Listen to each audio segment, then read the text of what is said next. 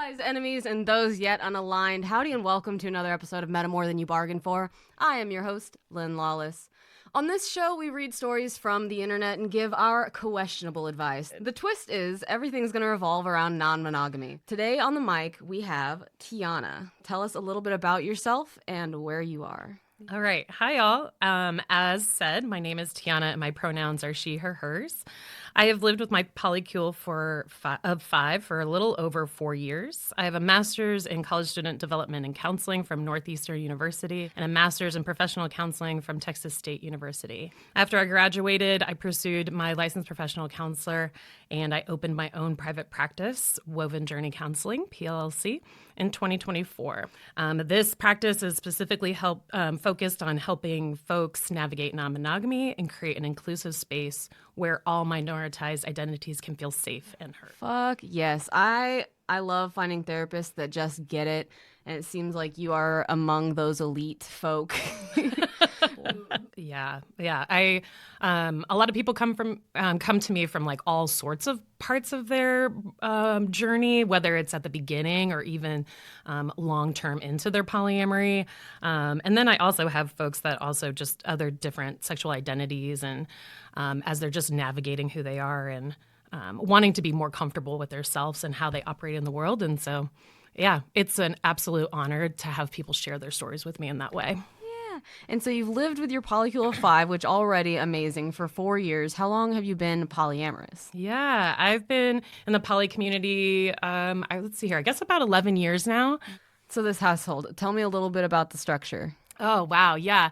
So we first formed like a circle.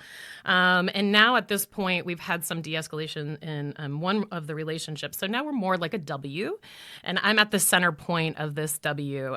So both of the two other couples within the household are married. And so there's 3 women and 2 men, and they both owned their own homes before we decided to all move together. So that was a journey. And I can certainly share more about that later. That's kind of part of one of the stories that I want to be able to talk to you all about. Yeah, because that's a navigation. Okay. Yes, then I won't hold us back. Let's get into this tea party. Let's go. Cue the silly intro music. Meta. So most of our posts typically come from r/polyamory, but we're starting today in r/best of Redditor updates, because let's start off on like a pretty interesting note. But heck yeah. It's funny because best of Redditor updates usually makes me think, oh, it'll be a good story. But some of these updates are fucking vicious. I'm like, oh my God, I did not intro this correctly. I, 36M, heard my wife, 40F, and her partner insulting me during sex, and I'm seriously questioning our future together. Yeah, I would too. Yeah, like no shit. That is, that would be really concerning. Okay, so been E&M with my 36, wife 40 for over a decade. We've had our ups and downs, but generally it's been great. We have our rules, the most fundamental one being that even in the context of E&M, we would always operate on a bedrock foundation of mutual respect for each other and each other's partners. We never got hung up on the not in our bed nonsense. So if my wife has a date, I'd rather she be in her own space where she feels safe and in control and where she knows I have access in case anything goes wrong. We both take our partners back to our home regularly. We had agreed that if one of us gets home and the other is there with a partner, then we don't disturb the date and just wait until it's over. We have also gotten off on listening in on each other when happens. So, which anyone we bring back home is made fully aware of. Good to know. Cool. I got to my house and she was there with her longest term partner who has been in our lives for about 6 years at this point. They didn't know I was in the house, and so I started listening from the landing. They were talking about me in an incredibly humiliating way. He would give her prompts, asking her questions about how pathetic and useless I am, and she would agree about how I can't fuck and I'm a shit husband, and she would agree and pile on with name-calling and degrading comments about me. Oof. For what it's worth, I know it's part of a power humiliation dynamic, but I don't care. I was fucking furious. It's not an ego thing. I know I'm a good, attentive husband, and if I ever allow myself a moment of conceit, I'm a pretty damn good lay as well. I would not ever tolerate any partner of mine saying a bad word about my wife, and I would die before I ever participate in anything that humiliates her, even if she's not there. Ugh. Yeah. At no point in our E&M journey did I consent to become the object of my wife's derision and disrespect when she's on a date, especially with her closest and longest running partner. Yo! I walked into the bedroom, a big no-no, and I told him to get the fuck out. My wife was livid and said no, he's not going anywhere, but I put my foot down and kicked him out of the house. We had a massive fight, and she told me I was being a huge pussy. I'm always like, should I censor myself? Nah. I told her she doesn't respect me, and I had some harsh words, but they were said from both sides. That was Tuesday night. We haven't really spoken since, and I certainly won't be the first to ever make contact. She's been staying at his place all week, which is a major violation of our ground rules. But I also broke them by kicking him out. For 13 years, I have worshipped the ground she walks on. I've refused to accept the way that they talk about me, even in the heat of the moment. It's not right, and I won't stand for it. It's really put the future of our marriage into question because I won't move forward with him still in the picture, and that will cause a volcanic amount of friction. She really likes him and has known him for half as long as she's known me. It would severely disrupt our system, and I know she would resent me for it, but I also know I would resent her if he stays. I feel steadfast, but I would appreciate a check in my sanity before I make any drastic moves. Woo! Yeah, wow. There's a lot going on there. But good on this person for knowing their boundaries and sticking to them. Yeah, definitely. I think that's like a really interesting like mix of polyamory and kink in the crossover and kind of just not discussing fully like what's acceptable or not acceptable. It's kind of like that feels like a miss on their part, especially if his partner is into any type of like shame, degradation, like that. Those things really are huge in the world of kink. So many people actually really enjoy that style of play. And so it's just interesting that she's using him as kind of that lens, or maybe the partner suggested using her husband as like that catalyst to feeling that way. I don't know. It's an interesting one. Yeah, it seems like as soon as the husband became a part of their play, they should have included him on the conversation and gotten his consent. Yeah, exactly. Yeah, absolutely. Like consent here, right? I mean, and you know, you can't help but like when you get into that type of like play headspace, there is a little bit of like, what is that feeding narratively internally, right? Like, do you really feel that way about your partner? Like, how do you kind of level set? Like, I think even on her part, like, hey, I'm fine being like in a space of doing some type of like humiliating people around me, but like, where do you put the boundary on like, hey, this is someone that I love, and my partner not really willing to do that? Yeah. And it definitely seems like they knew they were doing something wrong because, like, it seems like they avoided this conversation. It seems like communication up until this point has been really good. So the fact that they didn't discuss this feels like a direct omission. Oh, absolutely. The other thing that, I mean, just to point out, like, they definitely did some, like, really good things, I would say, as, like, respect for one another in navigating their polyamory, at least how he describes it here in the beginning of, like, you know, like, hey, we're going to make sure that we can use our own space and, like, we want to be open to that. Or, like, oh, if somebody comes home and they're on a date, like, they've already discussed, like, it's okay to stay around. And I think, like, clearly they had really good pathways of communication about what was okay. So yeah, this feels like like an actual omission of like not wanting to share that this is a way that she wanted to go about enacting with her partner.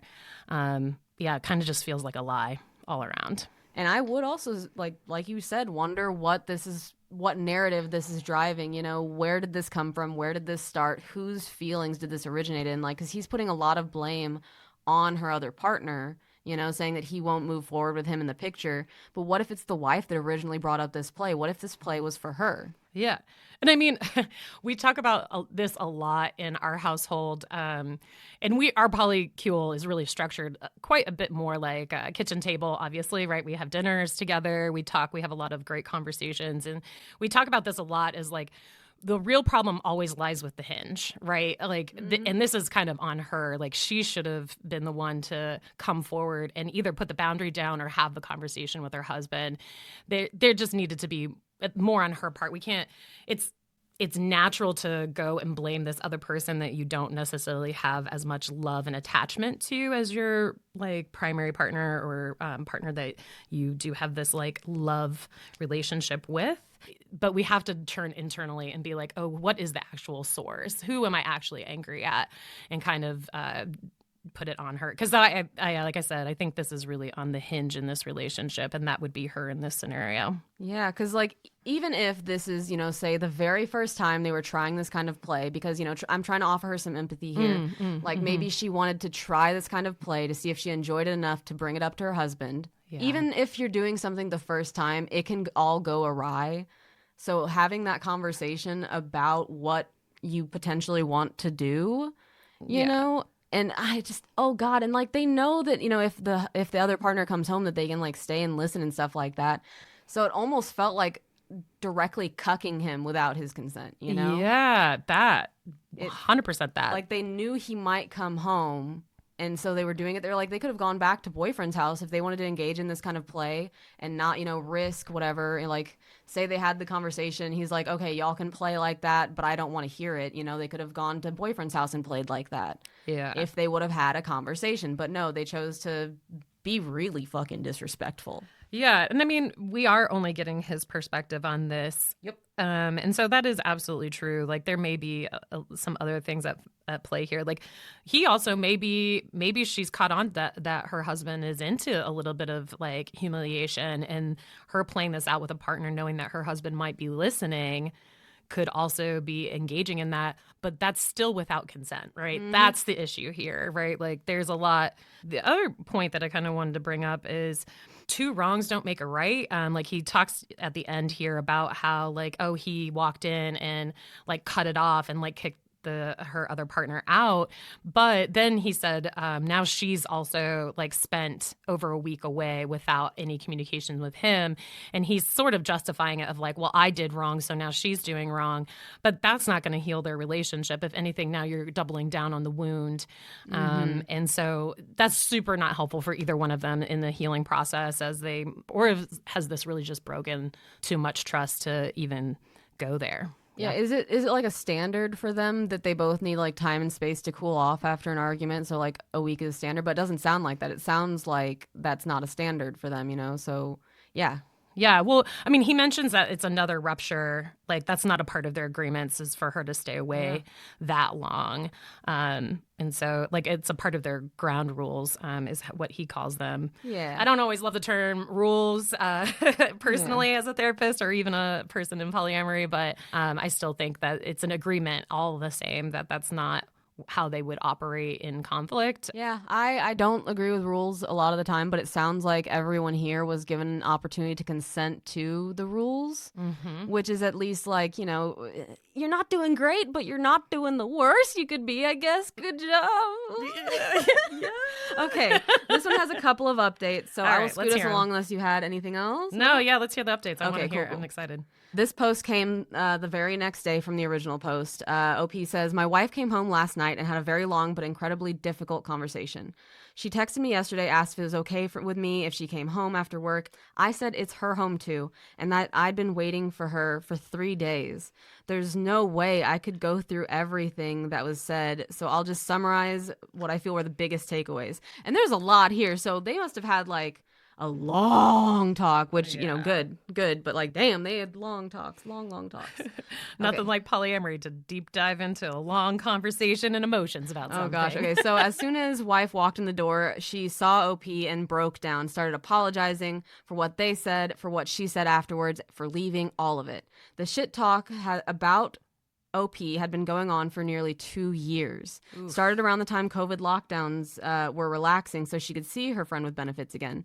She had told him that she missed him during sex for the first time they met back up. He told her, yeah, because all she's had in lockdown is me, and it escalated from there. They don't do it regularly, just from time to time, and that she was mortified I had heard it. She said she never means any of this stuff, but it turns him on, and the sex is better as a result. Dude has his own major insecurities, apparently, and she had taken it upon herself to make him feel more like a man. She had never thought I'd ever hear or be hurt by it. The way she phrased it was that when they talk shit like that, it pretty much tends to be around stuff that he doesn't feel he measures up about. And she always knows it's false and has never spoken a bad word about me outside of that headspace. Her initial burst of anger when I barged into the bedroom, she says, came from a place of extreme embarrassment and shame. I should note, while we do get off on listening, we never watch each other. We've tried a few times, and there's something about the visual that rubbed us both wrong, so we stopped. So for her, when I walked in, it was kind of like a parent busting in on you masturbating with some fucked up porn in hand. It is also true that when I walked in, he did have her in a very vulnerable position performing a humiliating sex act upon her. So I see how that could have made her erupt in shame. Upon reflection, it may also be possible that seeing her in the compromised position added to my own anger in the moment as well. She was also feeling embarrassed on behalf of the guy. Oh, God. She was also feeling embarrassed on behalf of the guy that she wasn't able to provide a safe space for him and blamed me in the moment for embarrassing them both. Y'all embarrassed yourselves. This also fueled her defensiveness afterwards and her refusal to back down or concede anything. I made her feel like a whore, apparently. She apologized unreservedly for not acknowledging my feelings on the night and for not apologizing straight away. She regrets the things she said during our big fight and that I was totally right to feel the way I did, that she was feeling humiliated and cornered, and she knows I must have felt even worse. I asked if she loves him. Of course not, she says, but they have great sexual chemistry. Why of course not? That's a telling... Yeah, that makes my little head sideways. Head tilt. Oh, head tilt. Writes note quietly in the journal. No. They have great sexual chemistry, and she cares about him a lot, but they would never be compatible in real life, and not once has she ever contemplated a future with him. However, she confessed that she has known for over a year that he has been in love with her since at least before the pandemic. She said it made their time together more intimate and enjoyable, and since she knew that she could never reciprocate his feelings, it wasn't a threat. Wow. The little seams are showing here. Yeah, a little unraveling is happening. The more OP talks, the more I'm like, head tilt. Yeah, yep. She said they would stop this kind of talk going forward. I said it's not good enough. I want him out. Oof. She cried, but she agreed to break things off. She asked if they can meet up one more time because they never got a chance to say goodbye. I agree on the condition they leave me out of it and that she makes it clear to him this will be the last time they ever speak. Further contact of any kind will be the end of us. Woo! Wow, so veto's happening. Like, I am so here for having boundaries and stuff like that, but you got some electrified barbed wire fence on a noose on yourself as well. Like, this is intense. Yeah. But I get it. Like, that, it's an intense thing to walk in on, and like knowing the context of like them like making eye contact as she's in this position, like, ooh. Yeah. Definitely hitting a lot of sensitive zones. It's just interesting though, the way like all of that she described, and kind of like even what he described of like of course not, I don't love him, or I don't have like these deeper feelings beyond sex. And that's sort of what they're alluding to here, which makes me question like what type of like polyamory are they? Maybe they're not polyamory, and maybe that's an assumption that I went with. And it just sounds like E&M, so so they're probably just more of like a open relationship style. Okay, that's good to know. Yeah, it's good to know. It's one of those things where like it adds a little more perspective. It does. It's just one of those things where I feel like it creates more minefields a lot of the time because it's so easily used to band-aid unprocessed trauma. Like, I never have to deal with it if I just don't look at it. Yeah. And the other thing that I always find with the open relationship style of like, oh, I can have sex with you, but I'm not going to have emotions with you. I always find that to be short-lived or short-sighted. And I think you can certainly have a sexual benefits with a friend and it not lead to romantic feelings. However, I think you're mistaken thinking that every time you have sex with someone else that you can avoid that like emotional attachment. At the end of the day, we're just animals with chemicals running through our brains. Sure and sometimes thing. people get that chemical balance just right with us, and we're getting feelings before we realize it. We're like, oh, fucking hell. Yeah, we can control a lot of things. Emotions and feelings are not one of them. And as a therapist, I tell you, that is the thing that I always remind my clients. You can't avoid it. It will come back up. Whew, okay. Oh my God, there's so much. Sloan, I know you're going to edit this down. I apologize. Have a great time, Sloan. It's a long story. It is. Okay. Okay, so I'm going to try to summarize things just a little bit. But in the subsequent fight that night, at one point, OP did say, why don't you just fuck off to his place then, in a rhetorical way that you sometimes do in a heated argument. But in a moment of pettiness, she said fine. She packed a bag. She went. She spent the night at his place out of spite, but they didn't have sex, and she would not have stayed any further nights except he went away for work, so she had the place to herself. Out of pride, she was holding out and waiting for me to make contact before coming back, just as I was. Two people whose pride are just like hurting their relationship. Yeah, I mean, that's when you have walls up, right? You're digging your heels in. You're not willing to, kind of like own your own part in it. And that's really what it takes to kind of heal or mend some type of rupture like this. I have found that, like, even when I know I'm in the right, approaching the argument with humility tends to make it go better. And I've found that if I can't approach it with humility, I either need to take space or it's just done to begin with. Like I've just hit that point of I can't approach this in the way that's healthy anymore, so I need to be done. So, like, I'll take space, and if I'm still just feeling myself being a salty little twat waffle, I'll be like, okay, maybe it's not a how are we going to work past it, it's a how are we going to de-escalate this. Yeah. And what's interesting about that is like also like how do you get curious about the other person's experience, right? Sometimes we focus in a lot about like the right and wrong, but what that person experienced is true, or even how they feel in that moment. So how do we get curious about it so we can understand it? And in exchange, hopefully they get curious about where you're at, and then that kind of opens some doors for some dialogue.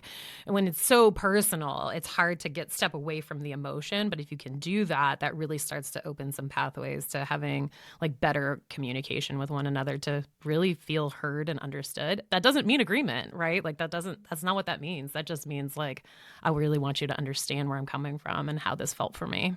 Yes, I found I have, trauma in my past. So when I'm already in that activated state, I can get so defensive and just like assume that everything someone is saying is meant to hurt me in some way, because I'm so used to people in my life taking conflict with such like personal vitriol that I've had to really start working on the way that I see other people handling conflict, and recognizing that not everyone's going to handle conflict the same way like my family did, or, my initial friends and boyfriends, whatever, did. Yeah. Well, I mean, and to credit to you, Lynn, like it does sound like you have some self-awareness that like when that starts to happen, right? And that's what I always encourage my clients with like complex trauma is like, how can you start recognizing the pattern of when you start to feel everyone's against you, right? Because then you're outside of your tolerance window. You're not going to hear anything soundly at that point. So usually it's like you got to take a break. You got to step away. You got to get yourself regulated again so that you can come back and have a really good, more centered space conversation so that you feel like you can take in what people are saying. Yep. Speaking of taking a break, they took a half-hour break because OP mentioned kind of in passing that they had made an appointment with an attorney, and the wife had a panic attack, because that is very serious. Yeah. So they took a moment to kind of, reassess and take a break, because the wife said that she genuinely can't imagine her life without OP, and, valid, fair. Wow. So summarizing a little bit more, OP is asking how to trust her, because this really shattered his, trust with her. She said that she's never broken a promise before, which OP agrees with. So, she has a history of being honest. This is just a moment where, something escalated. Before she knew it, she had like blown past consent, because it kind of just started out as like, oh, I missed you so much. Yeah. Small. Yeah. And it took steps, and they, she probably just kept telling herself, oh, this is fine. And then when she realized, oh, no, it's not been fine, that insecurity hit, and it caused a blowout. Woof. But OP says they are going to close their marriage for a bit to focus on their relationship, reassess, tale as old as time. But OP canceled the relationship, canceled the meeting with a lawyer, and they're going to go to counseling. They're looking for therapists. That's why I was like, aha. Aha, this is how you fit, Tiana. Because, people are always looking for E&M friendly therapists to shoot them straight. And I'm like, I have so many connections to so many in my life. Let me just bring them in. Let's go. And for all of y'all listening, the person who made this connection is your all favorite, of course, already is T, voice of a god, T. Yeah, I love T. Love. All right, so they're focusing on their marriage. OP is trying to figure out if he really believes what wife said and if OP is satisfied enough to continue their relationship. He has been steeling himself for divorce, so that's the mindset he's been in. So he is kind of like on that track, but he acknowledges it's because he worked himself into that place, Yeah. There's a bit of an edit where it's kind of like people in the comments asked why they would allow one final date between them, especially a private one. OP kind of goes on to say that, doesn't want her to have a chip on her shoulder one last day. It would be like a guillotine to their marriage if she just kind of like had this blue balls of a relationship, so to speak. And people are like, why would you let it be private? And it's like, because if they're going to fuck one more time, they're going to fuck one more time. You can't, it's hard to say no because then you add the whole forbidden boning. But like, it's rough. They mention that they're kind of going to be closing up their marriage. They haven't had a chance to talk to their friend with benefits, but they have another update. So we have talked a lot during this one. I'm going to launch into the next update so that Sloan doesn't kill me. But hey, listen, Sloan, the good news is if we go over, that just means you have 2 episodes now instead? Yeah. Boom. Sure. Done. Just reclip the intro. Okay, Part so 2. OP says, so this update comes from early March, so it's about 2 weeks after all this went down. OP says, I didn't plan to write an update. A bunch of you DM me asking what's happening, so maybe it's finally worth one. They found a therapist. Wonderful. Great references. Got to see her 4 times so far, which is a bit of an intense schedule. Okay, so they benefit from the more frequent sessions because it's saving them from fights, arguments, discussions. They can kind of save it for therapy, so to speak. They are closed now. They both saw who they needed to see, kind of, had their little less huzzah and closed up the relationship. The therapist says 2 months is nowhere near long enough, so they're closed indefinitely. They'll see what happens down the line. The friend with benefits didn't take the split well. He came to the house and tried to change OP's mind, but OP wouldn't open the door and ended up calling the cops when he got aggressive. So he's really out of the picture now. Yeah. But his last memory of sex with OP's wife is OP busting in on him. So, there's a victory, I guess, for OP. OP's like, now he has to live with that. I'm like, I don't want to put too much tone on that man, but so OP says third therapy session was really brutal. She came clean about a bunch of stuff that really shocked me. She had been breaking ground rules pretty much right and left for the thrill of it, often in really specific and deliberate and hurtful ways. Woof.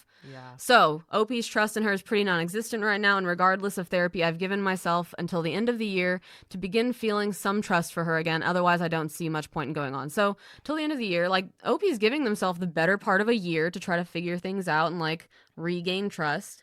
I would be curious what kind of upbringing the wife had. Was she super closeted or religious or something growing up, and so now that she's done the marriage thing and they've opened up, she's kind of just going buck wild.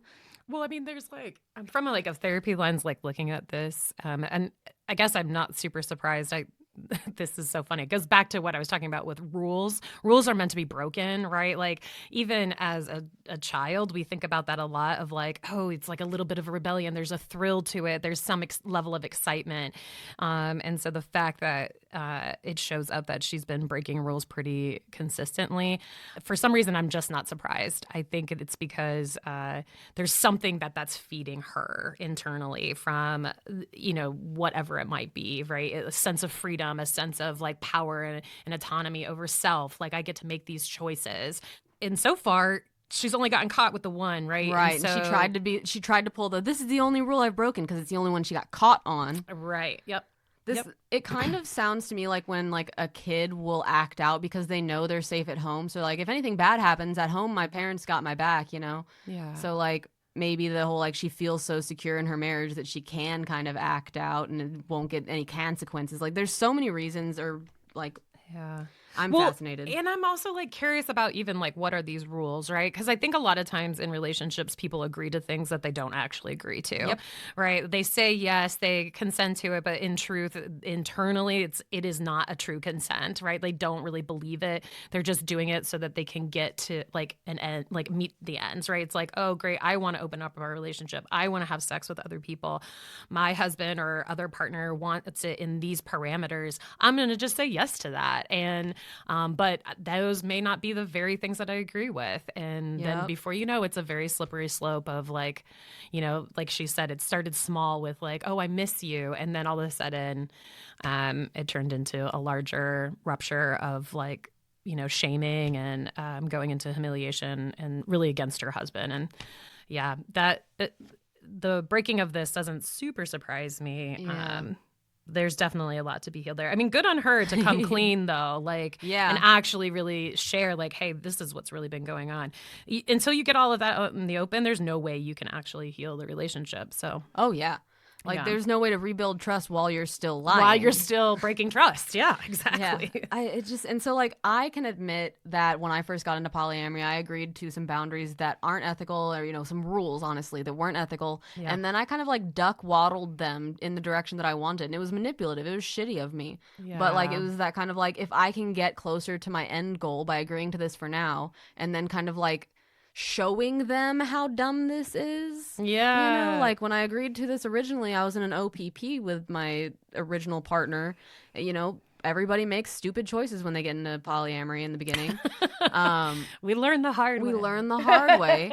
And then I started dating someone who was intersex and had, you know, genitals of indeterminate gender, you know? Yeah. And so we had to have a conversation of like, is this okay though in an OPP? And so like slowly stepping, like I'm like looking back on all these things of like, I'm wondering how shitty I was because it's like, oh, how much am I gonna acknowledge how shitty I was and how much have I just kind of glossed over it in the view of my past? Well, what's really interesting, I think, also about polyamory is like we're learning how to date and be with people when typically we would have done this type of work as we're doing as adults, as like teenagers, right? Like if you think about all the mistakes you made as a teenager with sex and dating, I mean, wild, right? I mean, like left and right. And we were so resilient, so forgiving of ourselves, where I feel like in polyamory, sometimes we don't allow as much room for like, right, I'm learning. Right. You know, like how do I forgive myself? How do I forgive? You've been dating for, 20 years, but how many of those years were you dating as a polyamorous person or a non-monogamous person? Exactly. Okay, so therapy session number 3, blah, blah, blah. She opened up a lot. Little edit to this one. OP acknowledges that this is still a really bad situation, and the wife acknowledges that she has done a lot wrong, but they're both willing to fight for it because they've been together for so long. She is an incredible woman in OP's opinion still. OP still sees her as like a loving, warm, fierce, intelligent woman. Like, so that's good to hear. Like, despite all of this, he still sees her as a wonderful woman, not just like a rule breaker, a boundary smacker. OP does take some time to talk about her. And then there's one final update that comes in May of that year. So they tried their best. Unfortunately, it didn't work out. OP just wasn't able to get past it. Like 2 months isn't a long time, but at the same time, I guess that's like 3 months after February, but still. February, yeah. But there's no trust anymore. There's fondness, but OP doesn't even know if they can call it love. As devastated as the wife is, OP doesn't even take any pleasure in it. So they're just working on letting go of anger. Woof. Yeah, so this they is mentioned the rough stuff. Yeah, they mentioned that, it ruined a couple of other relationships as well, just beyond the marriage. She sought out and slept with a couple of close friends and work subordinates of OP. Ooh. So, that like deeply impacts their life, like this reaching out into OP's life and kind of pooping all over it that the wife did. I wouldn't be able to get over that either. Like, honestly, the more that I hear, I'm like, I don't know that the work that it would take to get over this is worth it. I think I would rather do the work that it takes to get over you. Yeah, that's the work subordinates one. I don't know if that's just like a really hard boundary for me. That would be the one that would Yes, be the biggest don't struggle. shit in my workspace. I don't shit where I eat. You know what I mean? Same. How dare you come into my workspace and poop on my desk? Same. I wonder if she just wanted the relationship to be over.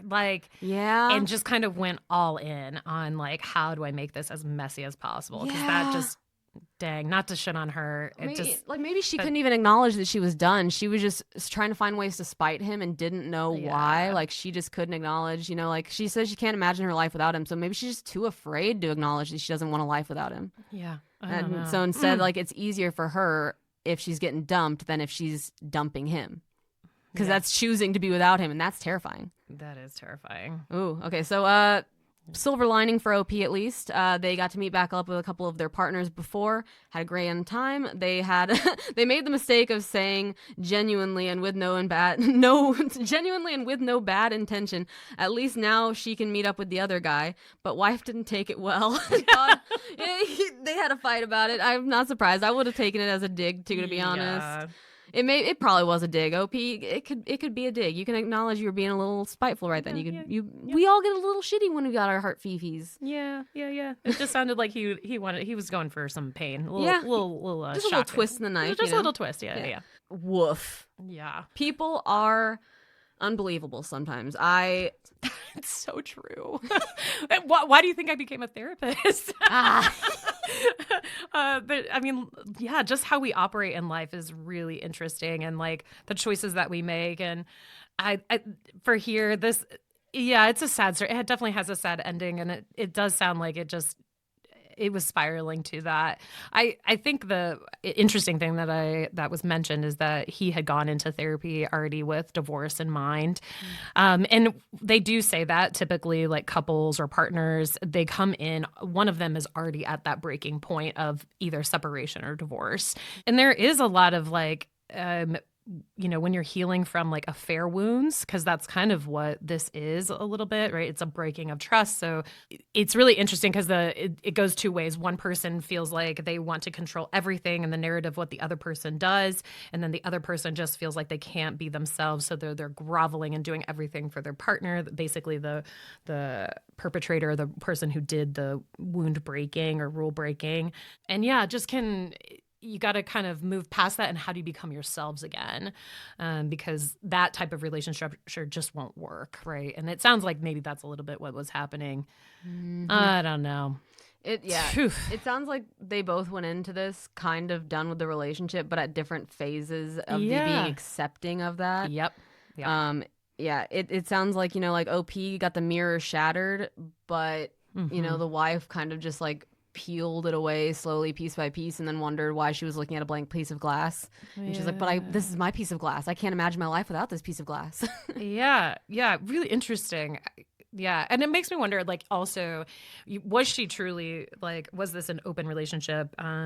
Jessica Fern, who I really love as an author, she does Polysecure and Polywise. I'm sure you all know it. She talks a lot about, are you poly lifestyle or poly orientation?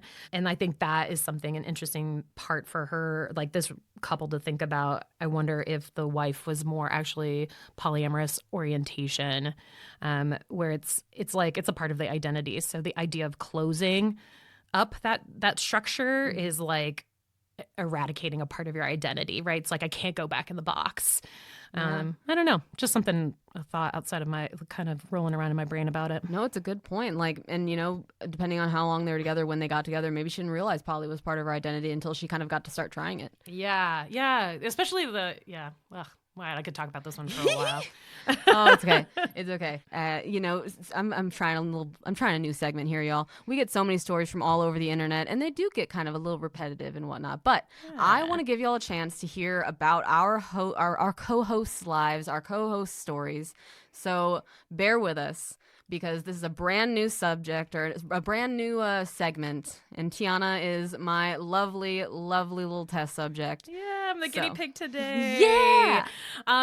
So Lynn, I hem and hawed on this for a while because I have so many stories that I think could be helpful. But one that I don't think is often talked about is like, what does it mean to move in with a whole bunch of adults trying to be in this relationship structure and form a life together. And what does that look like? And I also wanted to discuss more specifically about my experience of moving in with two married couples and creating what we are now, which is like this very much family and chosen family structure in our household.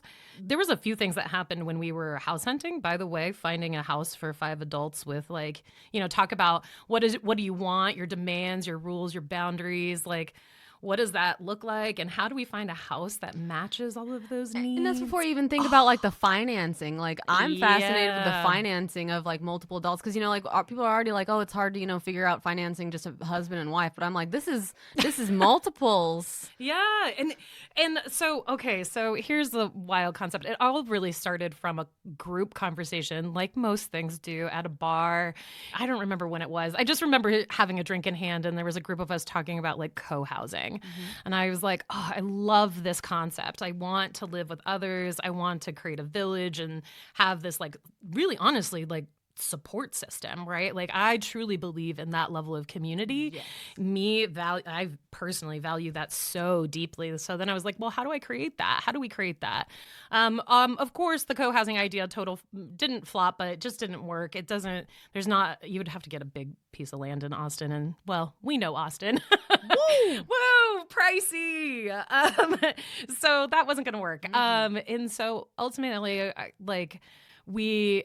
there was like a few things that were going on at this time actually of life. So it was like a little bit pre-pandemic, these conversations had started to happen. And then we were finding that our cule was really starting to bond and like hang out a lot, right? And so the 5 of us really just finding also really good core friendship, right? Organic, like we talk about. Yeah, very organic. We enjoyed doing a lot of the same things. We're gamers. We're, active in life. We also had a lot of same like lifestyles, if that makes sense. So like even just how we operated in the world really matched. And so we're like, okay, great. Yes, just very much kindred souls, spirits that you could walk in with this life. I love that. Yeah. And so we all moved in together. So it started during the pandemic. Anyway, I moved in with one of the couples first because it was closest to my workspace and into the house that they owned. And we went on a search for rentals. So our idea was like, hey, no harm in renting a space for a year. And if this doesn't work, hey, whatever. I love that. Testing the waters in a way that, like, if it doesn't work out, you're not locked into a mortgage. That's so smart. Yeah, except for Lynn. Oh, no. It did not work out that way. And when I tell you that the world is kind of against, like, polyamory, this was the first time that I probably ever really experienced, like, I don't even know how to describe it. Because I'm pretty sure there was discrimination. It was never, like, in my face, but we applied to like several houses. Luckily, also fair talk right now, I will say that we are a place of privilege. All of us are fairly well educated and have really well-paying jobs. And so that worked in our favor in a lot of avenues from that financial piece. And like, but even so, you struggled. Yeah, but even so, and it wasn't even about money. That's the crazy part. So we applied for a couple of houses to live in, and we got so many questions back about like, why do 5 adults want to live together? Like, who are you? And like just these, and we had even one place we had put down an application and submitted our check for a deposit. And the leasing place called us and said, we're actually not even going to process this because the owners don't want to rent to you. And I was like, wait, what? Like, what's going on here? Do they think it's a cult? Do they think you're like a drug operation? What's going on? I don't know. I mean, maybe. Who knows what they thought? And that's the part that I truly don't know. If y'all were a cult, who would be the leader? Sorry. Oh, that's so valid. If we were a cult, who would be the leader? I mean, we've totally done ourselves as a heist team, and I'm definitely the face of the heist because I'm the talker. Yeah. But every good cult needs a face person, and then like a I'm cabal behind them. I'm the face. I recognize that about myself. But yeah, so I called my mom and I was explaining to her what happened. And she goes, yeah, that's discrimination, T. Like, that's illegal. Like, they took your application and money and they're giving it back to you without without even processing it. So then you don't have basically a paper trail now that you even applied for that place. And I was like, oh shit, I never thought about it like that. So what we ended up doing, which again, Lynn, wild, right? So we decided that we would just buy. Yeah. So yeah, we went in with this idea of a safeguard of renting, and then we ended up buying. Yeah, it was really interesting. So personal side, what really happened for me that was kind of hard about all of us moving in together. And I was so excited about it. And I still am. I love my house and I wouldn't change it. But there was something about moving in, what I didn't think about at the time, of like two couples who had full households of furniture and belongings. And I, at the time, was working in a space where my apartment was furnished. And so I didn't have any of that, right? I didn't even have a bed. It's like you were plopped down in somebody else's life. Yeah, so exactly. So all of a sudden, one, it truly is a financial benefit that I didn't have to buy a lot of furniture, right? When you're moving away from a space that has been furnished. So I was like, great. So we were able to recycle a lot of the stuff that was from the two houses. Obviously, those houses sold. It was at the height of the market. We got so lucky because it was at the early pandemic. We bought our house in like August 2020. Talk about, and then we were in, pandemic life in this house all together. Ugh, that's another story. That's a big transition. That was another story for another time. So some of the things that I struggled with was like that like all of a sudden I didn't see myself in the house, right? Because it was like all of their belongings and all the spaces. The kitchen was filled with a mix of all our stuff because I did have some kitchen supplies. But for the most part, all of a sudden I didn't see myself in this space. And I was like, wow, how do I create room for this? Yes. And making sure you feel like you can take up space. Yeah. And giving myself permission to take up space, which that's a hard thing for me to do. Oh, I'm so considerate of others that I was like, I don't want to shove out this other thing so that I'm there. But it ended up being like conversations that I had with my partners and the family, and just kind of like, okay, well, how do I incorporate some of the things that I have? So it turned into more like little knick-knacky things and less big furniture stuff. But like, how do I get like maybe some personal photos or some artwork that I had owned and kind of spreading it through the house? And so I'll be honest, it's still, after all of these years, it's still a work in progress. Now, that may seem like kind of superficial on the lens of like moving into this house, but there was another really big factor that like happened that I did not think about. And that was when I lived on my own, I all of a sudden lost all of this privacy. Yep. And I lost this privacy that I had on my dates. Right? Yeah. Dates became communal, right? Like, it's like, oh, I come home. Like, so right now, and they have to get approved by the cabal. Oh my gosh, yes. And like, where is everybody going to be that night? And you come home, and of course, your partner feels obligated to say hi to their partner, right? You don't want to ignore people. That doesn't feel good. So we allow this room for almost like, not that it's intrusive, but a little bit, right? Like it's just not you and your partner. Because you have to be like, hey, can I please get the room to myself tonight? Can I please have the kitchen to myself? Or can I have, whatever, I want to have a date. And like people, put a lot of, you don't see your own stuff in the space. Oh, you're so much like, no, because there's little things that people don't think about when everybody, is bringing their furniture into space. Say, it's somebody else's kitchen table. They know which of the legs is wobbly. So they sit on the side, where it's not going to wobble under them. Yep. Whereas, like they've never had to fix the side of the table that wobbles, or they know to have sex on the love seat rather than the couch because the couch squeaks, It's all these little things that like people who have already habituated to their stuff in their life, don't take into consideration. Yeah. I understand you so much in the like making space for yourself in the lives of others. I had to live alone to realize how much effort and time and energy I was devoting to making space for other people and like minimizing myself. And so my partner is also very similar to me, also a very big giver. They realized, in living alone that they were constantly in host mode. Even to people who, lived there with them, they felt like they were hosting them, Yeah. And now we're at a weird place in our relationship where we might cohabitate together for a little bit to save some money, even though we're both very independent, solo poly type people. Like our dream is to own a duplex. Oh, yeah. Like everybody's poly, So, like we can have that, privacy and stuff like that. But like acknowledging that for a while, we're going to have to readjust our patterns and, like accept that this, solo poly freedom lifestyle, our space and stuff like that, we're going to have to make some concessions for a little while. Yeah. And it's hard because we're both a little autistic. So we're all one way or all the other. So it's like we just figured out how to make space for ourselves. And now we're so fiercely protective of that space for ourselves that we have to take another step back and being like, hey, we can be protective of our space and make sure we get the space we deserve without having to be like domineering to others. Yeah. And it's hard. And that's just 2 people. So like 5. Yeah. Yeah. And also into consideration a little bit too of like the fact that like these couples, because they've been together for so long, they also have their patterns of living with one another, right? And how they operate. So that also took me a second to adjust to, and like how, and I'm kind of I'm in this very weird place of, and I don't get me wrong, I kind of love it at the same time because I put myself here, of being a bridge between the two, right? And also the starter of like, how do we create new normals or new narratives for how we operate as a family? And so even things like you're talking about, like the coffee pot, I'm gotta say, Lynn, I am the most spoiled girl ever.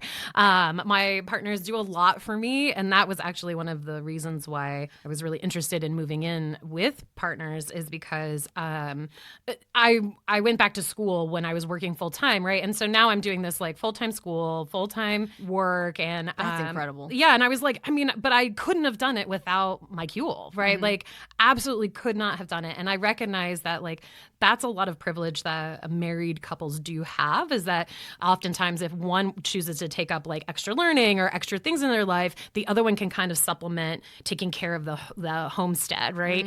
And it's like a shift, right? Like it's a both and, right? Like it's not a one-way street. And so that was like a conversation that we had, and just I got so lucky. I don't think I would not be where I'm at all right now if it wasn't for them, and I truly can give them that credit. So they do so much for me. And we as a household, I will say there is something about like, we don't have children and 5 adults living together.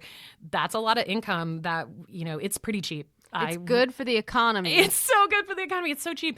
We, and so much so that we decided as a family that one of us doesn't work and their job is to maintain our house. And they do all of our cooking and like cleaning, if we need home repairs, a lot of like just household management. That was like the best decision we have decided. And we all agree that. Yeah. And so, you don't have to be a trad wife to be a happy little homemaker. Yeah, it's so good. I love that because it's it's so community oriented. It's so community minded, Yeah. And it sucks that it feels like polyamory is the most accessible way to get that kind of thing in this world. Gosh, seriously. But stories like yours just make me so fucking happy because it's like this is the goal, is people working well together and operating as like a collective and as a unit. Yeah. And so before I hustle us over to break, sure. I would love for you to kind of tell us, like, in this position and in this, transition that you've made, what are some things that you as a hinge have done that you feel like brag on yourself for a minute? What are some really good hinge moments that you think others could replicate? Yeah. That's a good question. If you want, we can take a break while you think about it. Oh, no. It's so funny. I even talked about this with my partner. I said, how do I hinge? What do I do well? Because I was like, I need some feedback. Already we can tell, like, the communication on point, the emotional empathy on point. So, like, already those are things, like, people can see and learn from. But, like, some examples, that people are like, that's something I could be through. I think one thing that I had to learn that was kind of a little bit of a hard learn for me as a hinge was I thought that I needed to do everything the same with both partners, right? I was like, oh, okay, if I'm doing 3 nights a week with one partner, then I need to do 3 nights a week with the other partner. And when I say nights a week, I mean overnights. We don't spend solo time with each other like that. That's too much. We have other people in our lives we have to attune to, so that would be too much. But I kind of took this like mentality of like, oh, if one relationship works this way, the other one needs to work this way. And it has to be fair. It has to be quote unquote fair. And you know what? Shit does not divide evenly. So there is no fairness in this world. There's 7 days a week. Done.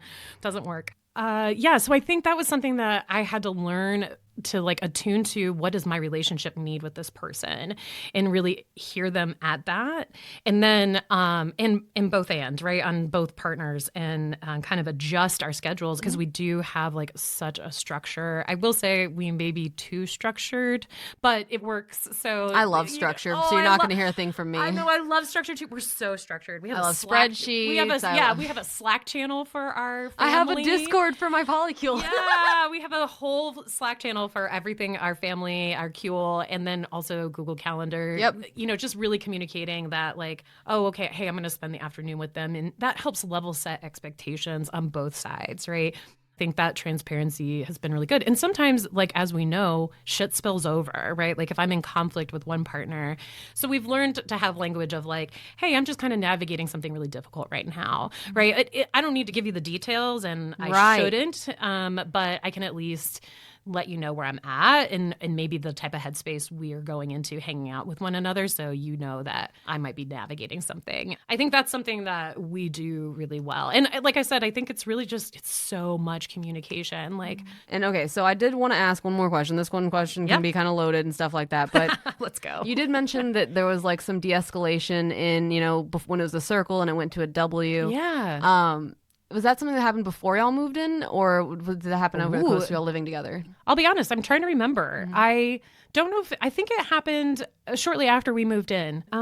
You know, honestly, like, I think as a family, they handled it so well, like kind of doing some level setting of like, hey, we're recognizing a shift in our relationship and it's moving more towards friendship. And I think it was so mutual, and they both were comfortable with that change and shift. And I don't know what it took for them. I can't really speak too much for that, but I will say the impact on us, I was a little worried about it, like any type of relationship structure, like if it changes, how's that going to impact the whole cule, and especially because we live together. But they honestly have such a beautiful friendship now, which is nice. So now they have this ability to be really close. They opened the door for the friendship by closing the door on the relationship. Yeah, they just closed their door on, I would say, honestly, the physical part of their relationship. That's so good to hear. Yeah, it did work out really well. In a personal note, I also had to do some like restructuring in my brain. Man, polyamory is so complicated. Oh, yeah. Yes, everything I hear just sounds so good. And so, like, I know it's one of those things where it's not perfect. It's not all sunshine and rainbows. No. But it sounds like it's such a good goal of like how to operate with respect for one another and for the relationships that one another are cultivating. And I just love it so much. Yeah. I mean, we have all the same like petty BS stuff. Yeah. Like somebody closes the cabinets too loudly, or hey, you like, mad? somebody's up at 5 a.m. like slamming doors, and you're like, what the hell, right? There's like little things like that too. Like one of our other partners has never lived with roommates, so we get like things like they leave their stuff everywhere, and we're like, what the hell? Yeah. But those are like so small, and like just like we all have kind of our little idiosyncrasies that we bring to the relationship or the household as if we think of the house as a relationship. But they're not deal breakers by any means. I think that you would experience any of that in any other type of relationship. So, you know, we're just learning all together how to manage it. Something that I've found helpful when like navigating these kinds of moments of like, you know, living with someone and the difficulties associated with that is when they do something that annoys me, I kind of mentally go through the list of things that I do that annoy them. And I'm like, okay, what's equitable to this? Yeah. And, you know, like, okay, yeah, I sometimes, you know, leave, you know, dishes in the sink for too long, and they come behind and clean up the sink for me and do dishes. Yep. So, you know, in this moment, I can show the same care that they do for me in that moment, and I will take their dirty socks and put them in the dirty hamper so the dog doesn't run away with them. Yeah, exactly. Yeah. Or is it solvable? Meaning like we ended up as a household agreeing to buy soft closures for the cabinets, done, problem solved, not an issue anymore, right? So it's like things like that. Or is it like, hey, let's have a conversation about doing this instead, you know. So we do have family dinner night. We have, back to that schedule, we have a family dinner night where we have like topics that we bring up that maybe we need to discuss or check in on, and so that's kind of how we do it. We do our meal planning at that time. We figure out where everybody's going to be that week, and it's so nice. It's so nice. I mean, hey, it works for me. I know it is not everybody's style by any means, and it is something that I have to say, there are just times that I pause and I'm like, damn, I'm living my dream life. Like, Yes, I love that. This is what it's about. Okay. Meta More Than You Bargained For is a production of Roll to Finish LLC. I've been your host, Lynn Lawless. Our producer, editor, and all-around badass is Sloan Abbott, and our audio engineer is Kel Fernandez. We all hope to see you back for our next episode, which will be in 2 weeks. Every other week, we're getting you a new episode. In the meantime, please make sure to follow us on Patreon at patreon.com/metamorpod to join our Discord and listen to our exclusive bonus audio content. You can join our community and post your stories to our subreddit r/metamorpod, or if you're a bit more private, send your story to our Gmail, metamorpod@gmail.com. For other ways to listen and keep up with the show, check out our Beacons page, beacons.ai/metamorpod. In the meantime, subscribe, drop us a 5-star review. If it's funny, I might read it. That's all I gotta say. Get out of here. Bye.